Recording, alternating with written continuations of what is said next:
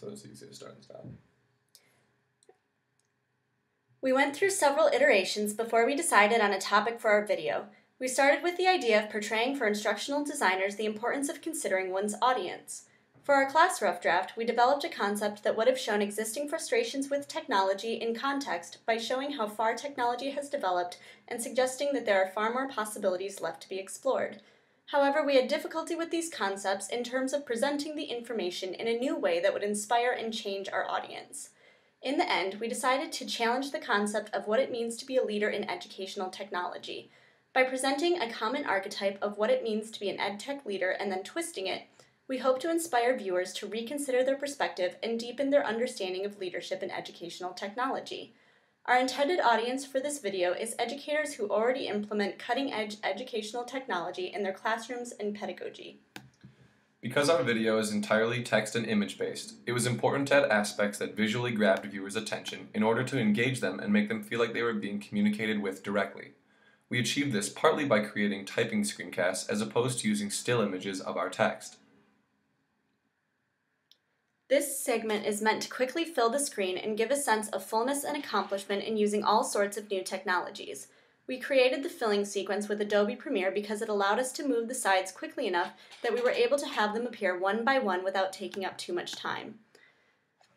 We were able to reverse and speed up the sequence in Adobe Premiere as well in order to show the technologies disappearing in reverse sequence even more rapidly to evoke a feeling of emptiness before asking, "Are you alone?"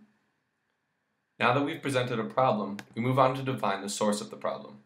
We challenge the initial assumption that implementing new technologies in education automatically makes you an EdTech leader.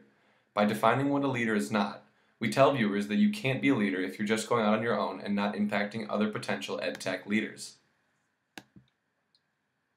We then define positively what it does mean to be a leader in order to give viewers a solution to the problem that they can act on. We added motion to our leader words in order to make them come alive on the screen. On top of the actual words, the movement creates a sense of the flexibility and creativity that is required of a leader. In order to ground our video in reality, we take a moment to acknowledge the fact that this is a frustrating and difficult goal that may often feel futile.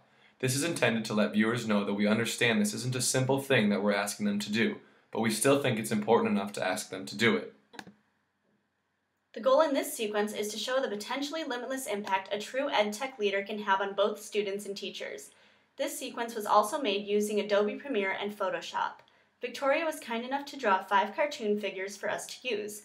We then took pictures of each cartoon and then used the Quick Select tool to cut out the figures and put them over a white background. We then copied, resized, and arranged these figures in different classroom formations to show the connections that can be formed. The video ends with a challenge to inspire viewers to go out and create the change and impact they seen in the previous sequence. This project was a challenge for both of us, but it was also an excellent exercise in working as a team. By brainstorming, we were able to come up with a concept that we're both proud of. We were also able to put a lot more work into developing slides, editing, and focusing on details than we would have individually. Finally, the project allowed us to explore Adobe Premiere, which was a new tool for both of us. While we would have liked to perfect our moving words a bit more, it was an exciting feature with which we enjoyed experimenting.